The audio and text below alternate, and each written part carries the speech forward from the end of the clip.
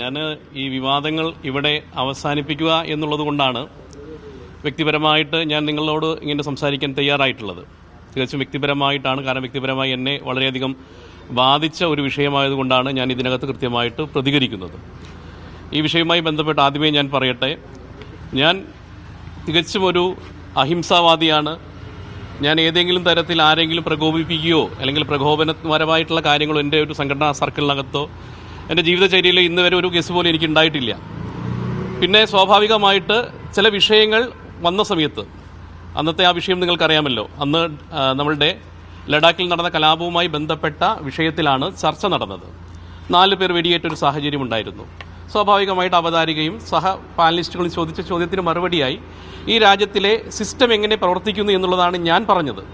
എന്നാൽ അതിനെ വളരെയധികം വളച്ചൊടിച്ചുകൊണ്ട് തെറ്റിദ്ധരിപ്പിച്ചുകൊണ്ട് പ്രിൻറ്റു മഹാദേവ് ഒരു വ്യക്തിയെ വെടിവെച്ച് കൊല്ലുമെന്നും പ്രിൻറ്റു മഹാദേവ് കലാപത്തിന് ആഹ്വാനം ചെയ്തു എന്ന രീതിയിൽ വളരെ തെറ്റായിട്ടുള്ള വ്യാജ പ്രചരണമാണ് നടത്തിയത്. ആ വീഡിയോ കൃത്യമായിട്ട് പരിശോധിക്കുന്ന എല്ലാവർക്കും അതിനകത്ത് ഞാൻ പറഞ്ഞത് എന്താണെന്ന് കൃത്യമായിട്ട് മനസ്സിലാക്കും. പൊതുവെ അങ്ങനെയുണ്ടല്ലോ, നമ്മൾ പറയാറുണ്ട് ഈ സത്യം പുറപ്പെടുന്നതിനേക്കാൾ മുമ്പ് നുണ ലോകം ചുറ്റി വരും എന്നുള്ളതിൻ്റെ ഒരു രക്തസാക്ഷി കൂടിയായിട്ടാണ് ഇപ്പോൾ ഞാൻ എന്നെ തന്നെ കാണുന്നത്. അതെന്താണെന്ന് എനിക്ക് കൃത്യമായിട്ട് ബോധ്യപ്പെടുത്തി. ഞാൻ കൃത്യമായി പറഞ്ഞത് എന്താണെന്നല്ല പ്രചരിപ്പിച്ചത്.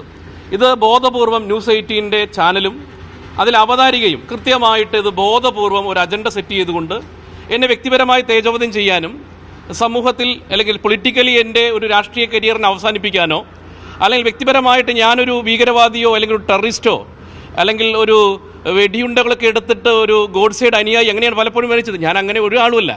ഞാനൊരു സ്കൂളിലെ അധ്യാപകനാണ്. ഒരു 3000-ഓളം കുട്ടികൾ പഠിക്കുന്ന ഒരു സ്കൂളിൽ അധ്യാപകനാണ്. അവിടെ 60% ഇതര പ്രസ്ഥാനങ്ങളിൽപ്പെട്ട ആളുകൾ മതവിഭാഗത്തിൽപ്പെട്ട ആളുകളാണ്.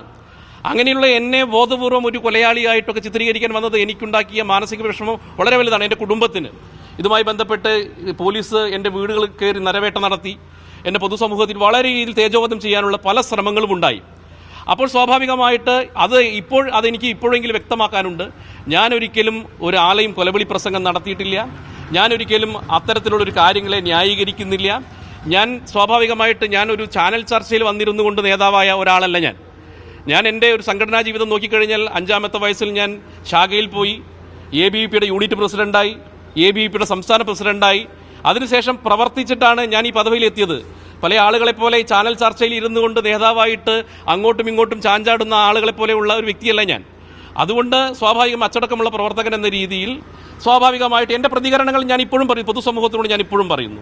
എൻ്റെ പ്രതികരണങ്ങളിൽ വൈകാരികമായിട്ട് ഇപ്പോൾ രാജ്യത്തെ സംബന്ധിച്ച ചില വിഷയങ്ങളിൽ എനിക്ക് ചില കാര്യങ്ങളിൽ വൈകാരികമാണ് ഞാൻ. എൻ്റെ രാജ്യത്തിനെതിരെ നടക്കുന്ന കലാപങ്ങളിൽ ഞാൻ വൈകാരികമായിട്ടാണ് പലപ്പോഴും പ്രതികരിക്കാറ്. ആ വൈകാരികമായിട്ടുള്ള പ്രതികരണങ്ങളിൽ ഞാൻ ചില പക്വത കാണിക്കേണ്ടതുണ്ടെങ്കിൽ സ്വാഭാവികമായിട്ട് ഞാൻ ഇനിയുള്ള കാലഘട്ടങ്ങളിൽ അത് പാലിക്കാൻ ഞാൻ തയ്യാറാണ്.